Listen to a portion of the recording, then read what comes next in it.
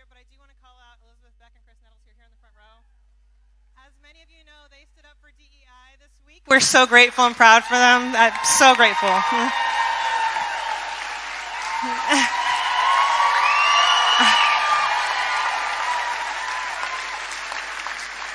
They really, really did something special. It was not an easy evening. We were there for many hours. They did a lot of time on this. It was not easy at all. We're so grateful. I definitely want to welcome everybody to Fort Worth. I'm so grateful Beto is here. I'm so glad, Congressman Castro and, of course, our homegrown Congressman Veasey and Simmons are here as well. Yes, definitely clap for them. And, of course, we'll be joined virtually by our amazing state reps who are holding the line in other states.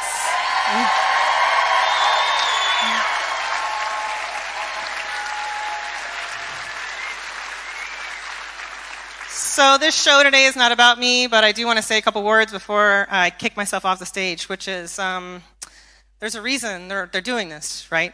So if you've heard me talk, you know what I'm going to say, but there's a reason they are literally hunting our Democrats right now, right? There's a reason they drew Elisa out of her district. There's a reason they're trying to redraw Texas in the middle of the decade. There's a reason they're trying to send the FBI to find our state reps in other states. Does anybody know what that reason is? They are freaked the fuck out. Yeah. And here's the thing that they know that we very frequently forget, and many of us don't know. But the point of us being here today, one of the many points of us being here today, is to learn and to spread this message. The thing that the Republicans know, the Democrats don't know. What is it? We outnumber them. We outnumber them. And all we have to do, it's free. All we have to do is vote about it. Like vote. We have to vote like it. It's so easy. It's free. And they don't make it easy intentionally. I mean, they try to draw us out of fair representation. They try to make sure that we can't get good access to the ballot box. On and on and on. Nonetheless, all we have to do is show up and we have to vote. So I know that our amazing representatives and officials are going to be talking about this, but the one thing I want you to take away today is that this is an action item today. So I'm the chair of a Tarrant County Democratic Party. The whole point of me is to get people to vote, so this is my message. Take action today. Become a precinct chair. Sign up with your party. Sign up with an allied organization or a club. Sign up with somebody who's spreading the message. Shout out to the 817 podcast who just interviewed Beto and is going to have an interview out later today. There are so many clubs, organizations, parties, precinct chairs, VDRs, representatives, elected officials you can get involved with. You don't have to pick just one. You can pick your favorite. You don't have to do 1,000 hours a week. You can do 30 minutes a week, but make today about action. That's my message. Thank you, everybody. Have a good time in Fort Worth. And I would like to now introduce my dear friend who also stood up all by herself against everybody else on Tuesday, all by herself, to save our human services. Thank you to our commissioner, Alyssa Simmons.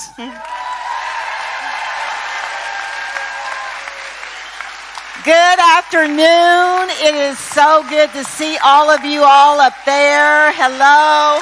I see you back there. Thank you all for being here. Thank you for the warm welcome. Thank you to Beto for the invitation. Thank you to Beto for fighting relentlessly for all Texans.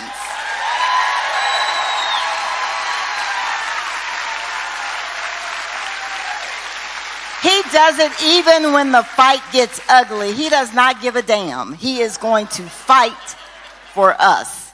He doesn't have to be elected. He is going to fight for us. And let me tell you, it is a relief to be in this room with reasonable, responsible people.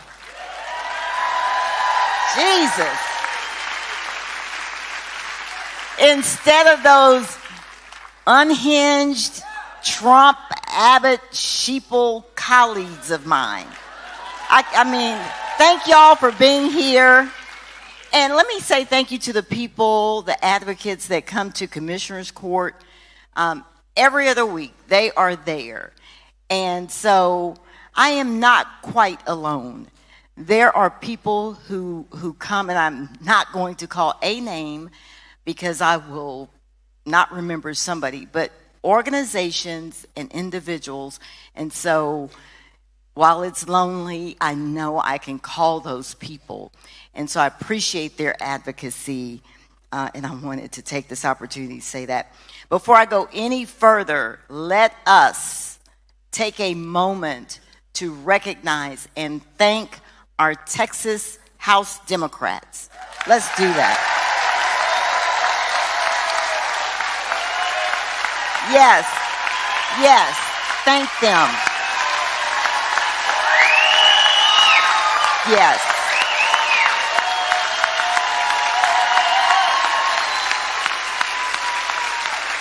They are standing up against racially gerrymandered maps. Those are racially gerrymandered maps. And they said, hell no.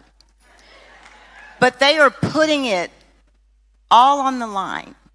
They are putting their safety on the line, their families on the line, their family's safety on the line, their income, hell, their freedoms. We're here today because we have the freedom to move about. They really don't. They're hosed up somewhere. So thank y'all for showing them that appreciation. And you know, Beto, bless his big old heart, he's out here standing with them. And in return, y'all's Attorney General, Ken Paxton, sued him. But Beto sued his ass back.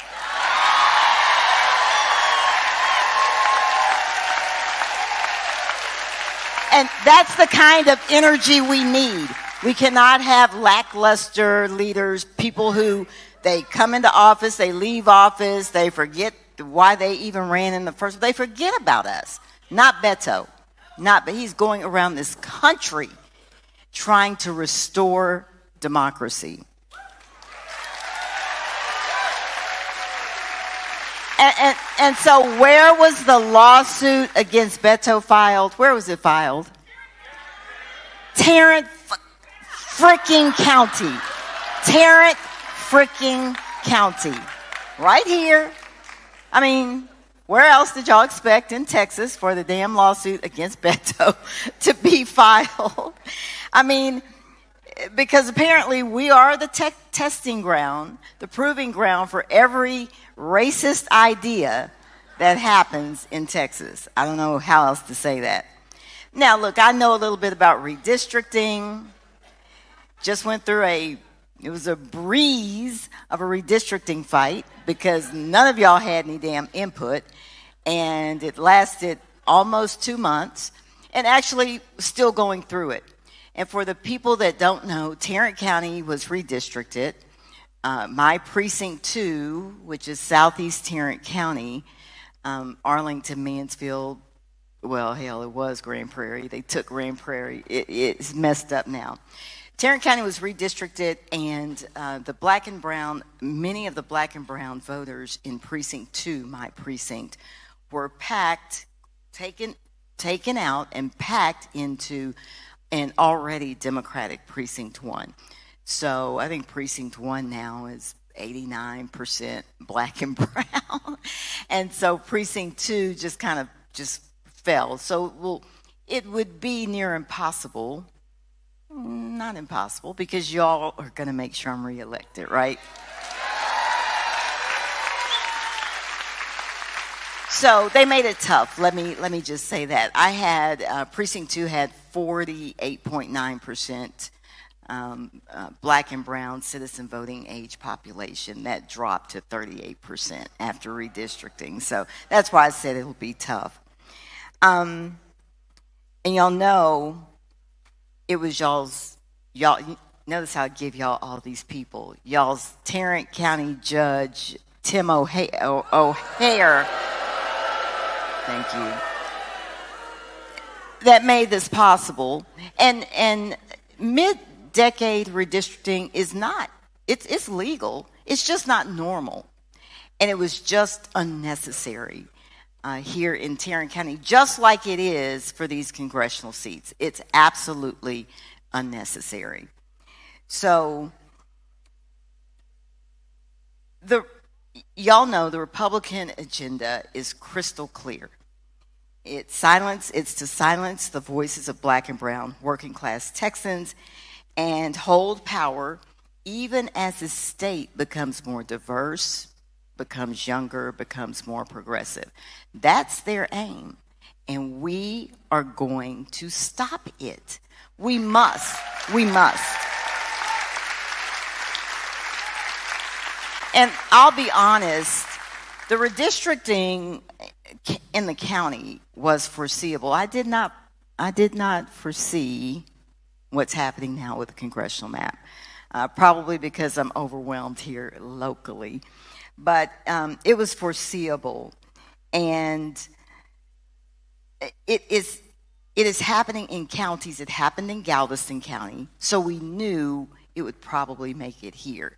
So it just made it to Tarrant County, and it's happening also in Fort Bend County right this second. And so we have got to get a handle on this. We've got to stop going to galas and waiting for the next fabulous speech from our elected official. We have got to stop waiting for lawsuits to end up in our favor. Look at the courts in Texas. Look at the courts in Tarrant County. We have got to get back to the basics. And the basics, the main, I think, the primary solution is turnout. We've got to get people to the polls. And so, how many months do we have until the midterm? 15 months. 15 months.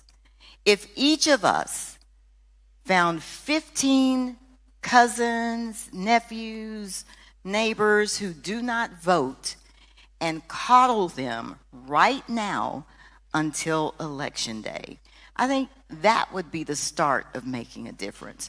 But let's be clear, and let's make it clear to all those MAGA people that we are not sitting still for this shit, right? We are not.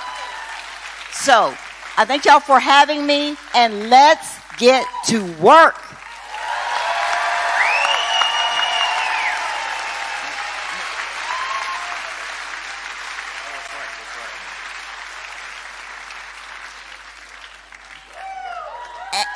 Yes. Give one of our heroes a hand. Hey, Rep. Collier, can you hear me? Rep. Collier, can you hear me? Oh, now I can hear you. Okay, all right.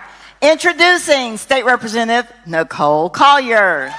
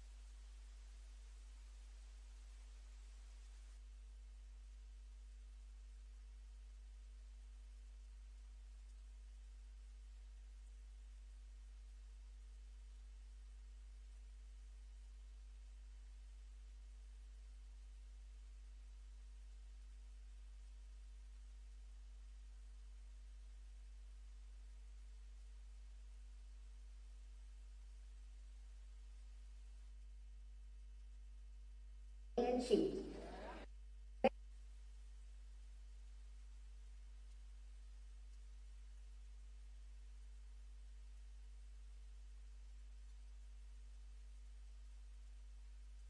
They don't care about silencing communities of color. They want what they want, and they are willing to knock down whoever stands in front of them. Their privilege knows no bounds.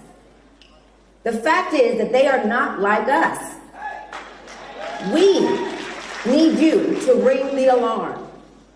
We need you to let people know that we are the party who stands for freedom and justice for all. We are the party who believes everyone should be treated with respect and dignity. And we are the party who are powered by the people. So we need you to continue to fight, because we will not stop. We will not back down. We will continue to hold the line and resist. So I want to bring to the stage one of my fellow warriors in this fight, our fearless leader, my classmate, and our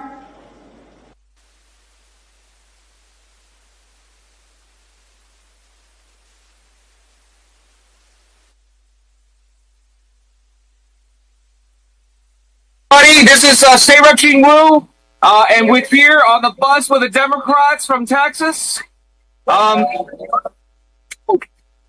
everybody! We just want to say thank you to everybody.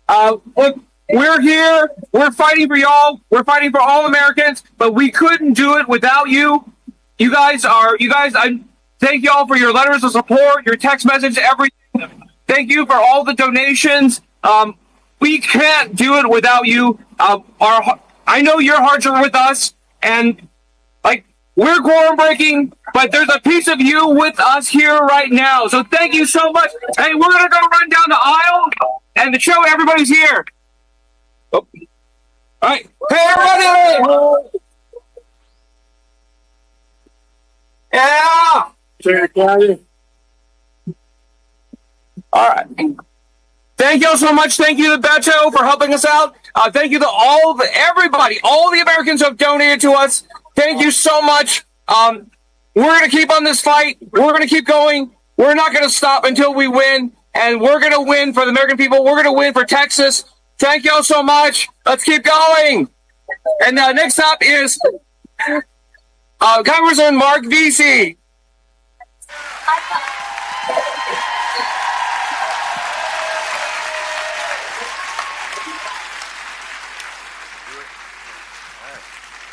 What's up, Fort Worth? How y'all doing? So good to see you. So good to see everybody. So good to see my friend Beto O'Rourke back in town. Great to see him. Great to see Joaquin. Joaquin's been to Fort Worth before. These two guys were my classmates when we got elected to Congress back in 2012. And we've been on some journeys. And, you know, one of the things about Congress and just being an elected official in general is that you really do meet some very interesting people along the way, including a very interesting cast of characters, right? And when Joaquin and I were in the state legislature, one of the characters that I remember very well, and at the time seemed like a decent guy, was Ken Paxton. Yeah. You know, when we knew Ken Paxton back when Joaquin and I were in the state legislature back in 2005, 2007, Ken was like, you know, he loved the Lord. Ken loved that's all Ken used to talk about. And Ken started loving the Lord so much that he had a federal warrant out for his arrest for fraud, amongst many other things. And, you know, when I got to Congress, you know, there's a whole nother cast of characters. You know, there's this one lady that I work with. Her name is, y'all may have seen her on TV before. Her name is Marjorie Taylor Greene. Yeah.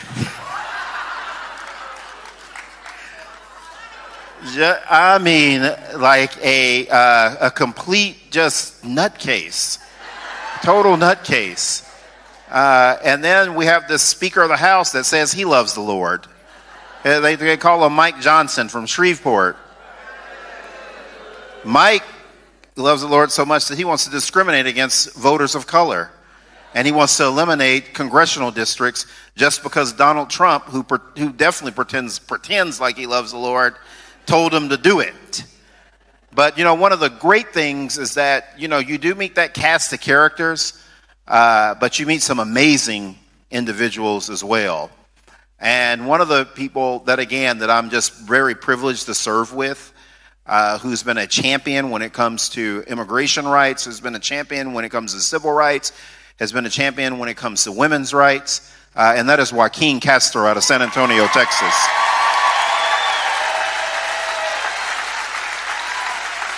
Just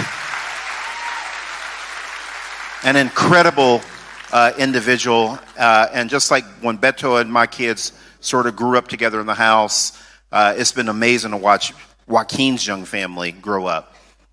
And one of those other classmates that I talked about, who's also, it's just been amazing to watch him grow.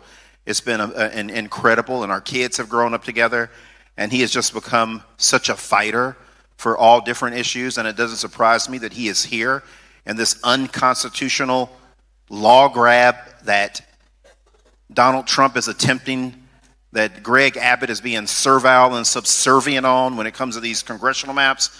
But he's been there for every fight, whether it's the fight to protect reproductive rights, this fight on redistricting that we're having right now, the fight when it comes to fair wages in the state of Texas and this country.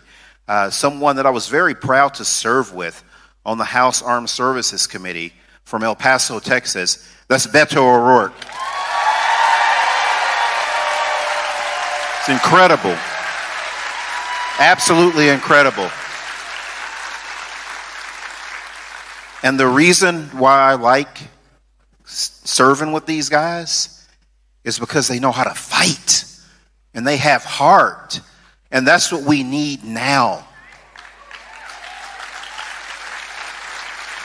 For people that don't have it in them to fight right now, when everything is at stake, when liberty is on the line, when our country as we know it is at stake, it's time for them to exit the stage.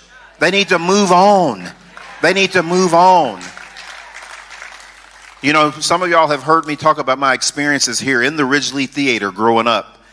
My family's right here in Como, right next door. My mom finished from Como High School when everything was still segregated. She's class of 1969.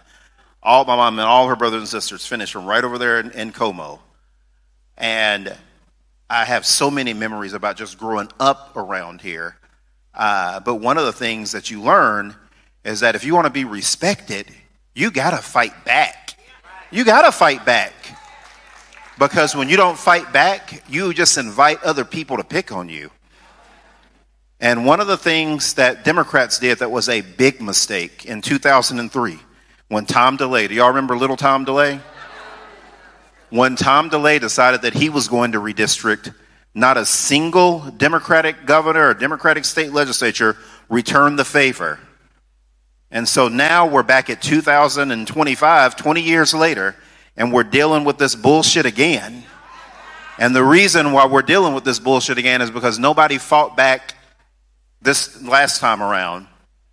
But I got to tell you, man, I'm going to tip my hat to that governor from California, Gavin Newsom. I'm tipping my hat. I am tipping my hat Texas style to him. Because the message that they're sending to Speaker Mike Johnson, to Donald Trump, to Greg Abbott, is that if you're going to draw Democrats out in Texas, then you're going to take some Republicans out with you in California. And that's the message that needs to be sent. And to these other blue states that are out there, with these blue governors and blue state legislators, I don't want to hear about this bullshit about what y'all's Constitution. Y'all need to have a special session.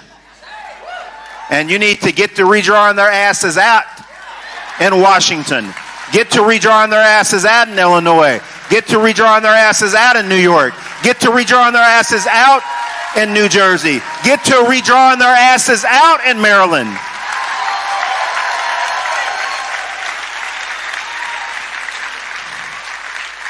They can come along with the ride with me because ain't nobody gonna miss Marjorie Taylor Greene. I can tell you that much. Ain't nobody in the world gonna miss her. But that's what we need. It's time for Democrats to stop bringing a damn stick to the knife fight. Bring a damn machete to the knife fight. Because if you don't do that, they're gonna keep doing this over and over again. And it is sad. It is sad that on the 60th anniversary of the Voting Rights Act, that we're still having to deal with this. But as long as the likes of Donald Trump keep getting elected into this office, we are going to have to keep fighting. And we need to elevate people to positions of power and representation in this state and in this country that are willing to roll up their sleeves and punch back.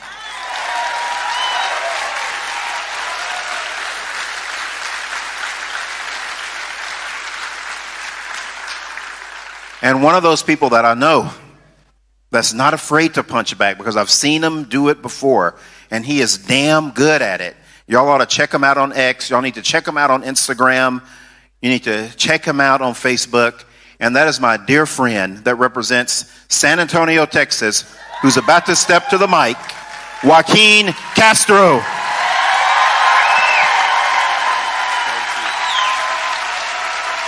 How are y'all, Fort Worth? It's great to be with you. I'm Joaquin Castro and proud to represent my hometown, a little bit south of here, San Antonio, Texas, in Bexar County. Let me tell you, a few weeks before the redistricting happened, these bad maps, they called us in Congress, the Democrats, and they asked us to verify our home addresses. And then they drew us out of our districts. And so I want you to do everything that you can to beat these maps, because we need Mark Veasey back in Congress. You won't find a prouder person of being from and representing Fort Worth than my very good friend, Mark Veasey. Thank you, Mark, for so many years of service. And thank you to Beto O'Rourke for bringing us all together. And not just bringing Texans together, but if you've seen him in Kansas City and New Orleans on the East Coast, you're doing an incredible job. Thank you so much, Beto. I was very proud in 2003 to be part of the group of Democrats who left the state for Ardmore, Oklahoma to beat Tom DeLay in that redistricting. And we beat them for several months, but they finally passed their redistricting plan back then. And Mark was right. We should have learned our lesson back then, because even though we had more Democratic governors at the time, in fact, when we went to Oklahoma, there was a Democratic governor in Oklahoma back then. But we've learned our lesson now, and we need California and Illinois and Washington State and Maryland to make sure that if they're going to mess with Texas, that those states are going to empty out the Republicans from their congressional delegation.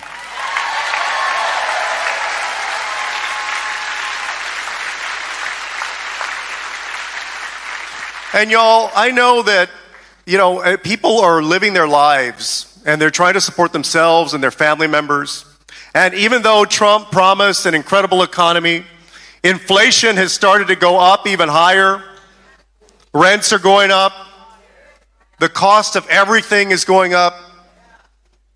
You try to take your family out to eat to a restaurant, and a meal that would cost $40 or $50, I have a family of 5, my wife and our 3 kids, that a few years ago would be maybe $50. Now it's $80. It's gotten much more expensive, even for basic things. We have an 11-year-old, a 9-year-old, and a 3-year-old. And so when we've been buying diapers in the last 6 months at the beginning of the year, as our daughter was coming off of them, the price of diapers has gone up. The price of basic necessities has gone up. The price of health care has gone up. And I want to tell you very quickly a very short story, a short version of what was one of the worst days and one of the luckiest days of my life.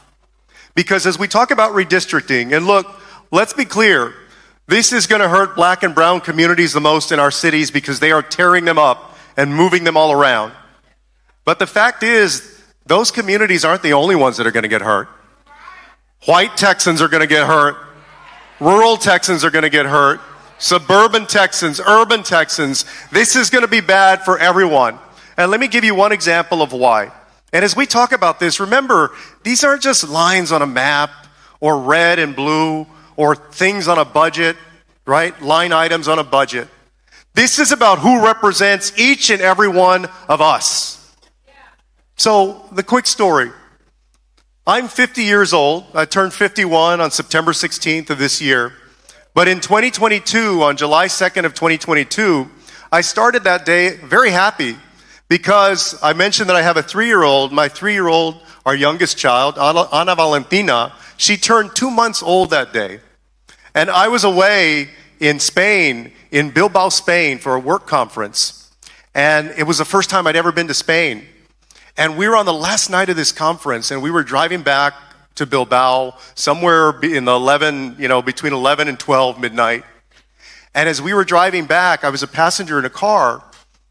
And as we were on this road that was dimly lit, seemed like a semi-rural road, the driver hit this wild boar going about 65 or 70 miles an hour. Now, those of you that have ever hit anything on the road at that speed, you know how scary and how dangerous it is. Because right away, the car was impacted and, it was bent and the windshield shattered and the airbags came out. But they sent the ambulance over and they asked us how we were doing. And I actually thought that I was fine. I tried to figure out if there was anything wrong with me. I didn't really feel much pain. I looked at my hand and I noticed that it was starting to swell up a little bit and getting kind of red. And I thought, well, if I got to go back home to San Antonio and tell the insurance people that I actually hurt myself, I want to make sure I document it. So I said, yeah, I'll go to the hospital. I thought, well, I have this flight at 7 or 8 a.m. the next morning. I'll be in there for a few minutes. They'll x-ray my hand and I'll be on my way. Well, I get to this hospital in what I felt like was the middle of nowhere on the outskirts of Bilbao.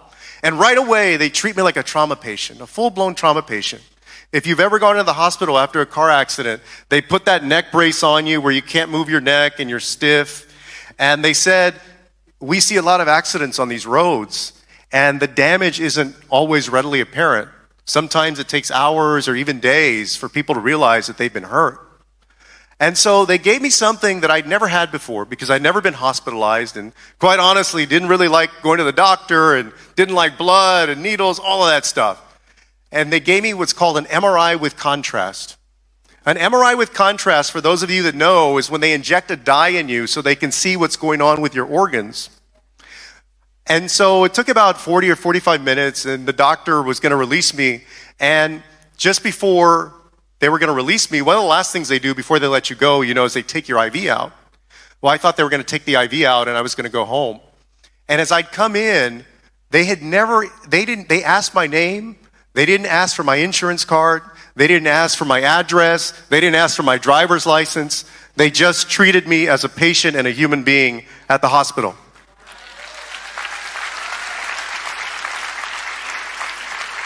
But the doctor came back over, and we were in these closed-off rooms, not with walls, but with curtains.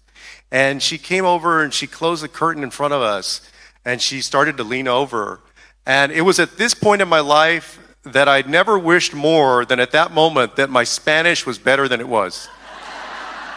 She started telling me in Spanish and also in English, but she said, I hate to be the bearer of bad news, but my radiologist called down to me, and he believes he sees what are 2 neuroendocrine tumors that have moved from your small intestine into your liver. And I had never heard the word neuroendocrine. I couldn't even pronounce it. But I understood that this doctor was telling me that they believed that I had cancer. And so when I got back to San Antonio, you can imagine, for those of you that have gone through it or have helped a family member go through this, you have 1 million doctor's appointments and MRIs and CAT scans and PET scans. And so I ended up getting surgery in February of 2023 at MD Anderson. And they took out a bunch of stuff, like 44 lymph nodes, part of my small intestine, my appendix, my gallbladder, a bunch of stuff. I was there for 10 days. Fortunately, the remaining tumors that I have not grown in 3 years. I just need them to not grow for about 40 more years, and then I'll be perfect. But when I was there at MD Anderson, you know, after you have surgery, they ask you to walk around. That's part of the recovery. And as I was walking around, they told us to relax. Don't get excited. Don't get stressed out. And so I didn't watch CNN, MSNBC, any politics for 10 days. And that was in a quieter time than it is now. But I didn't watch anything. But I pass around and people are doing their laps and they're walking and you're hooked up to that machine that reads your blood pressure and your heart rate and all that. And I passed by 2 rooms right in a row that had Fox News on. And I said, wait, I thought they told us to relax. They're watching Fox News. But let me tell you, as we were passing each other, all of us of different ages, different ethnicities, different backgrounds, nobody's politics mattered at that moment. Everybody was working to survive their cancer diagnosis and their surgery. And that's why I know that when you cut cancer research and you cut health care and you cut Medicare or Medicaid, you're not just hurting Democrats, you're hurting all Americans, regardless of their politics.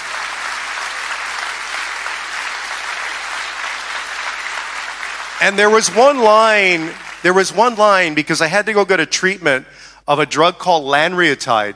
This drug, and it's worked for 3 years, is supposed to freeze the growth of the tumors. The list price on that drug, when I first saw it, when they were billing my insurance company, which at the time was Blue Cross Blue Shield, because I had to become an expert on insurance, on premiums and deductibles and copays. And then there's another category of drugs called specialty drugs that you have to make sure are covered in your plan. Otherwise, you'll be paying thousands of dollars, or you won't be able to pay, basically. This one drug, lanreotide, that I have to take every month, the list price on that drug was $24,000 per injection. So when I say that redistricting and this fight will affect every single Texan, what I mean is that I don't want 5 more people who are going to vote for taking away people's health care. I don't want 5 more people who are going to take away ACA subsidies. I don't want 5 more people who are going to strip people of Medicaid coverage or Medicare coverage or Social Security. Because this is a matter of life and death for so many people in Texas and across the country. And it's not just cancer. Cancer is one type of illness. There's sickle cell and Alzheimer's and dementia and diabetes, as my grandmother passed away from years ago. And so I hope that you all will share the stories in your lives and why this is so important. Because it's not just lines in a map, it's people's lives. We need more Mark Veaseys in Congress, not more people who are going to be cowards, afraid to stand up to Donald Trump. Texas Democrats are standing up to Donald Trump. Republicans are running scared from Donald Trump. And let me tell you, in Texas, there has not been anybody who has stood up stronger, who has fought back harder than my great friend, Beto O'Rourke. Beto is doing it all, and he's going to win that lawsuit against Ken Paxton. Thank you, brother. It's really good. Thank you. All right, Fort Worth. Let's hear it for Joaquin. Let's hear it for Mark, Elisa, Allison, these city council representatives, and how about those Texas state Democrats in Illinois fighting for all of us? I got to tell you, I don't know how you feel, but I needed all of this. I needed all of them. I need all of you. We need each other right now. This is a season that tempts us to despair. Just look at just look at this unfortunate soul who's having a hard time in her life right now.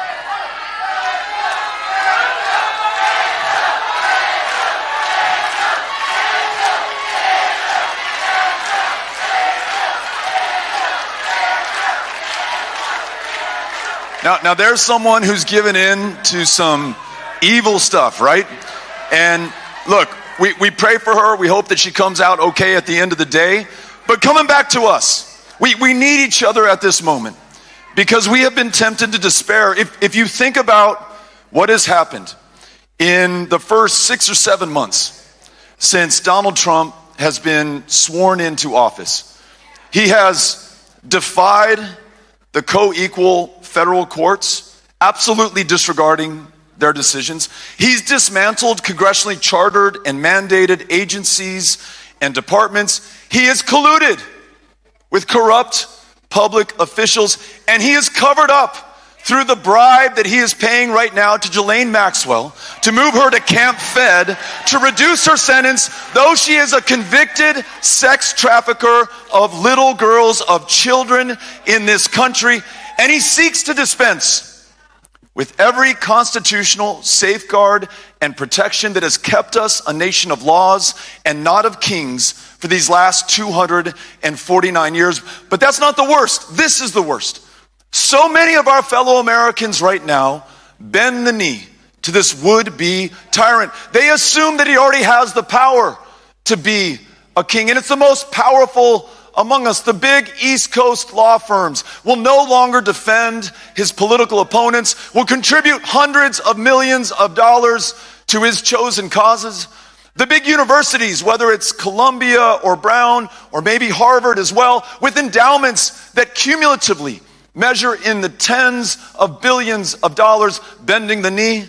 The big media companies like Paramount, which owns CBS, not only are they paying a fine, they're canceling Stephen Colbert because he speaks the truth to Donald Trump. They're bending the knee. Mark Zuckerberg bent the knee. Jeff Bezos bent the knee. They're all bending the knee. And so this guy thinks, Donald Trump, that he's absolutely unstoppable. He really believes that he's the king that these knee benders tell him that he is. And so he comes to our state to grab even more power in the form of these 5 congressional districts, including Mark Veasey's right here. He thinks that we are going to take it right here, but he doesn't understand in Texas, our knees do not bend. That doesn't work here. We're going to fight these motherfuckers for as long as it takes with everything we've got. We're never giving in, we're never giving up, and we're never bending the knee. Are you with me?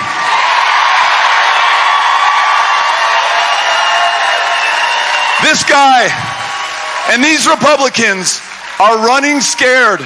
They're in full panic mode. That is why Greg Abbott is trying to remove these House Democrats from office. That's why he's threatening to charge them with second-degree felonies. That's why he's threatening to hunt them down with state troopers, now with Kash Patel, who was busy covering up for Donald Trump's involvement with Jeffrey Epstein, now sending the FBI to go try to find these folks in Illinois or wherever they may be right now. They are panicking because he gets that if he cannot steal these 5 seats, his policies are so deeply unpopular in America, whether it's cutting millions off of Medicaid, whether it's these Gestapo tactics that are terrorizing our fellow Americans all across this country, or the massive transfer of wealth in the hundreds of billions of dollars that you generated that is now being sent to the wealthiest 1% in this country. There is no way that he can win the 2026 elections on that record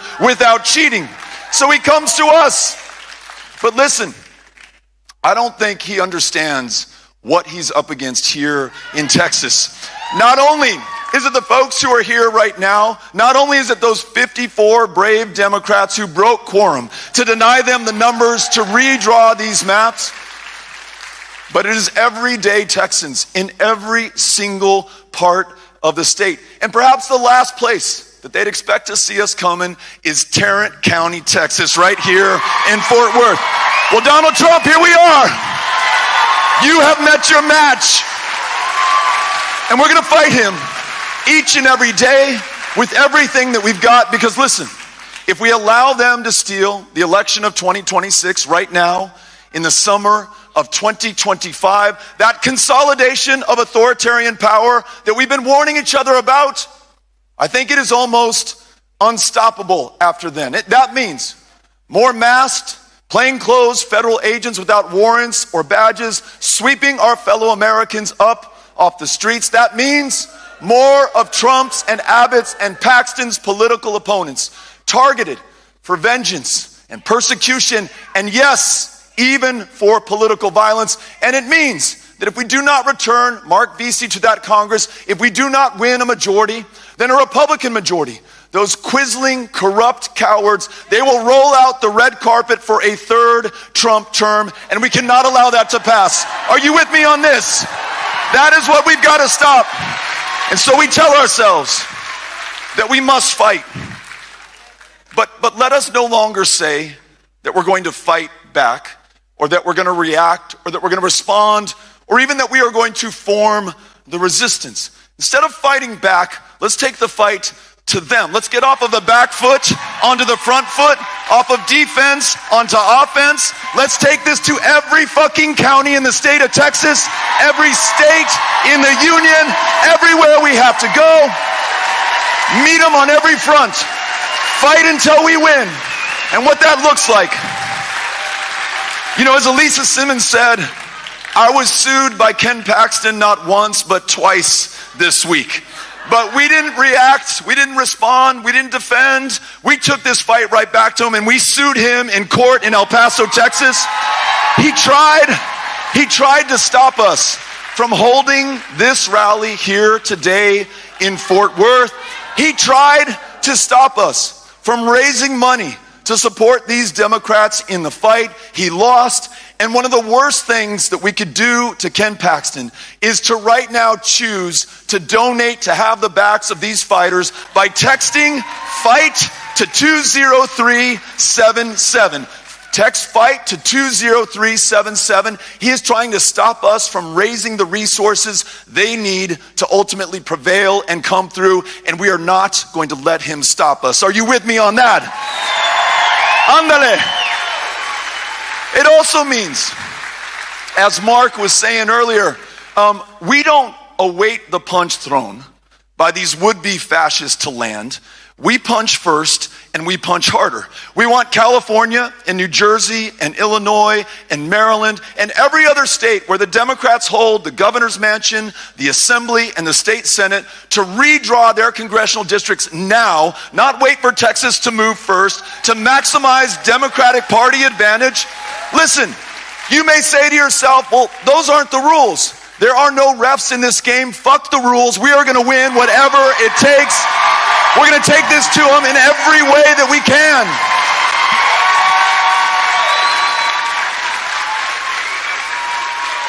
It means joining the Tarrant County Democratic Party and going out there and meeting those voters now in 2025 who are going to decide that election in 2026. It means signing up with Powered by People, where we will train you to become a volunteer deputy registrar, and we'll send you out where we know that there are eligible voters who are not yet on the rolls, likely to be Democrats, and we bring them on and then stay in touch with them throughout the voting process to navigate these obscenely complex voting laws in the state of Texas to make sure they cast a ballot. Check this out. Last year, the voting rate for 18 to 29-year-olds across the country was 42%.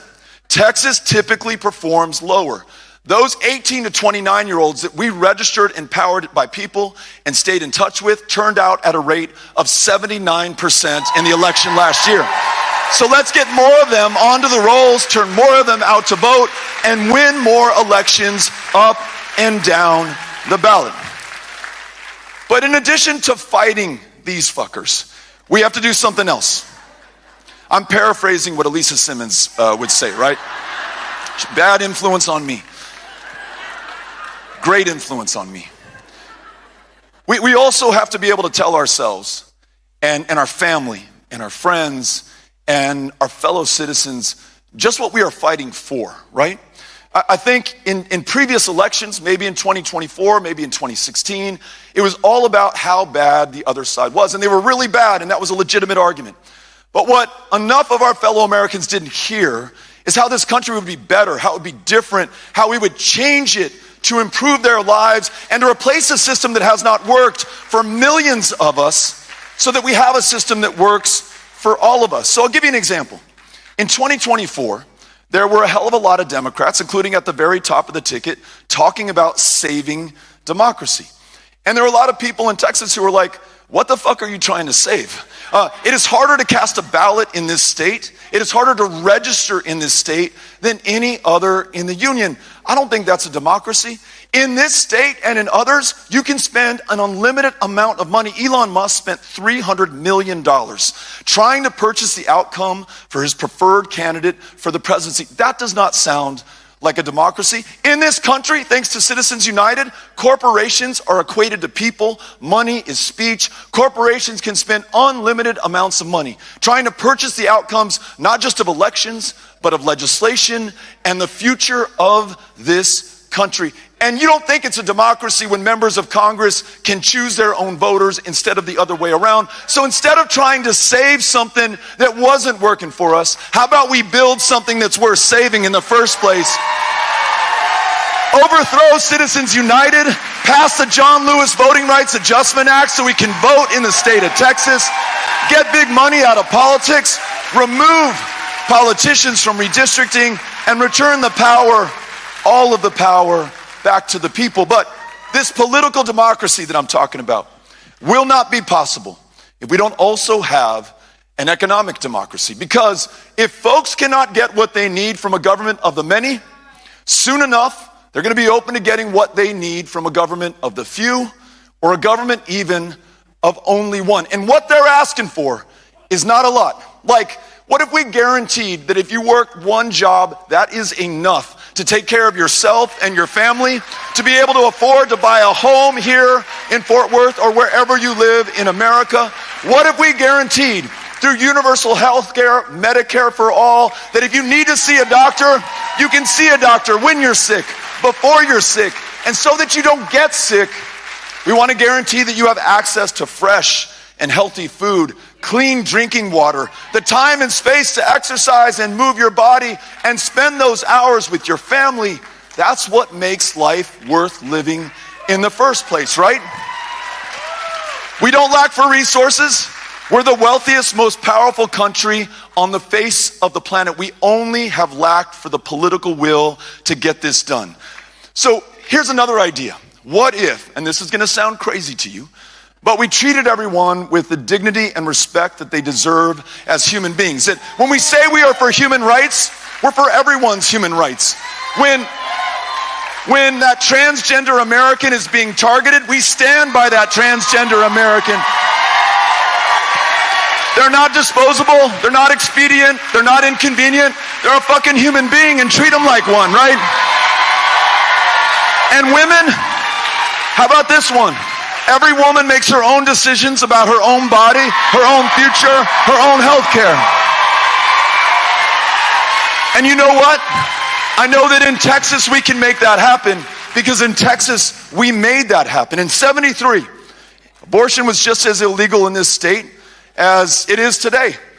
But we didn't wait for someone to ride to our rescue. 3 very young Texas women, attorney Linda Coffey, Sarah Weddington, 26 years old, Jane Roe, prevail upon an all-male United States Supreme Court to render the Roe versus Wade decision, which stood the test of time for 49 years. If we did it once, we can do it again. Message to Donald Trump: do not fuck with the women of Texas, because we are coming for you. And imagine taking these human rights on the road around the world, no longer being complicit in the bombing and the starving and the slaughtering of tens of thousands of innocent children in Gaza, and instead using the awesome power of this country to work with other nations around the world to finally establish a sovereign, independent state for the Palestinian people, to work for their safety, the Israelis' safety, the safety of everyone in that region. No longer spending your tax dollars on bombs that are killing innocent people and flattening hospitals and schools, but sowing peace and reaping prosperity, not just for that region, but for all of us. And then how about this? What if we brought that same thinking back home?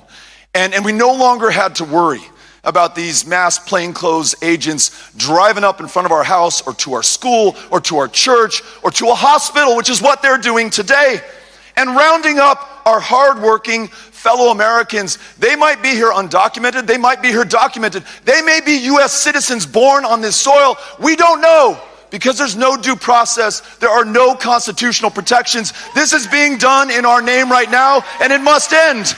And in order to stop it, we imagine a future where we rededicate ourselves to the Constitution, to ideas like due process. And then this one, and I know that Joaquin and Mark agree with me because they've been absolute champions for this. Check this out. You know, Democrats, present company excluded, have talked an awful good game on immigration for as long as I have been listening. You know, if you just keep voting for us, once we get in power, comprehensive immigration reform.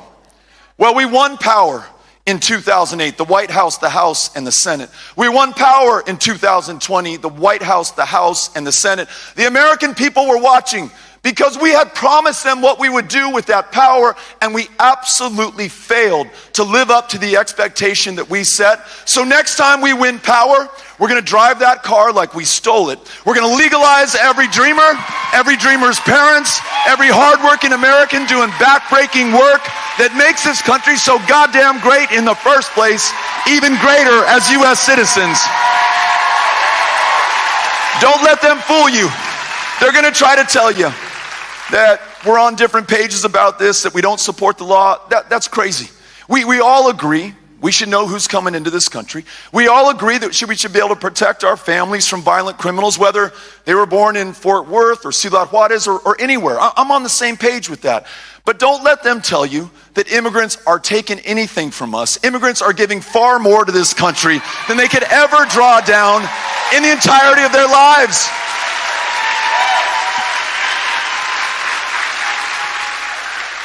Now I'll close with this. Imagine a Democratic Party that actually fights for these things, that doesn't submit, that doesn't bend the knee, that doesn't roll over, that doesn't give up before the fight has even begun. I want the National Democratic Party to look at the Democrats here in Tarrant County, the Democrats here on this stage. This is what a fight looks like. Are you all ready to fight? Will you stay in this fight for as long as it takes?